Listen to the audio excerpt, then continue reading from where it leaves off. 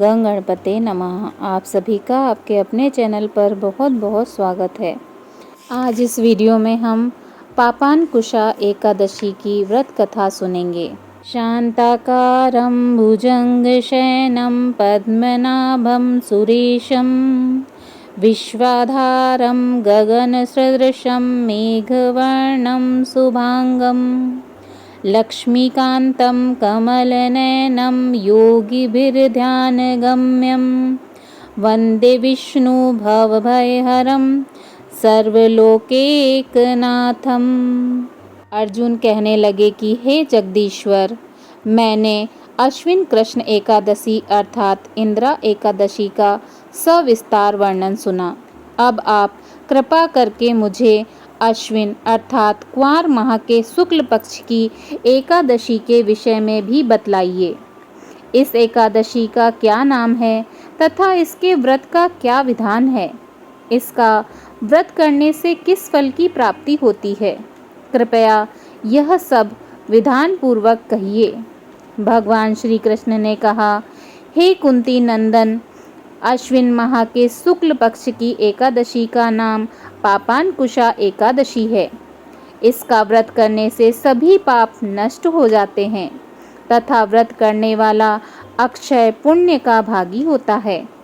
अश्विन शुक्ल एकादशी के दिन इच्छित फल की प्राप्ति के लिए भगवान विष्णु जी का पूजन करना चाहिए। इस पूजन के द्वारा मनुष्य को स्वर्ग लोक की प्राप्ति होती है।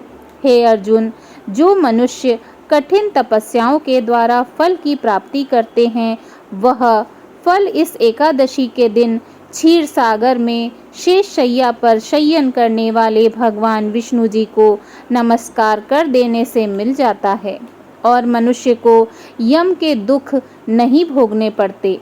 मनुष्य को पापों से बचने का दृढ़ संकल्प करना चाहिए।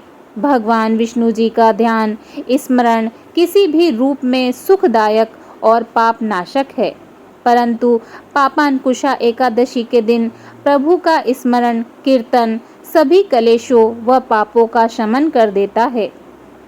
प्राचीन समय में विंध्य पर्वत पर क्रोधन नामक एक बहेलिया रहता था। वह बड़ा क्रूर था। उसका सारा जीवन हिंसा, लूटपाट, मद्यपान और गलत संगति पाप कर्मों में बीता।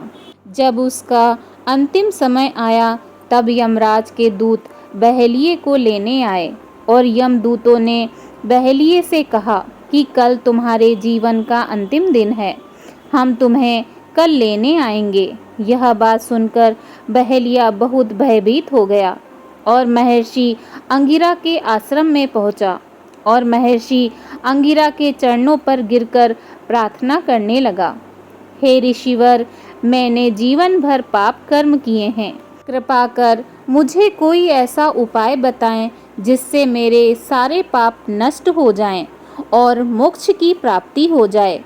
उसके निवेदन पर महर्षि अंगिरा ने उसे अश्विन शुक्ल की पापांकुशा एकादशी का विधि पूर्वक व्रत करने को कहा। महर्षि अंगिरा के कहे अनुसार उस बहेलिये ने यह व्रत किया और किए गए सारे पापों से छुटकारा पा लिया और इस व्रत पूजन के बल से भगवान की कृपा से वह विष्णु लोक को गया।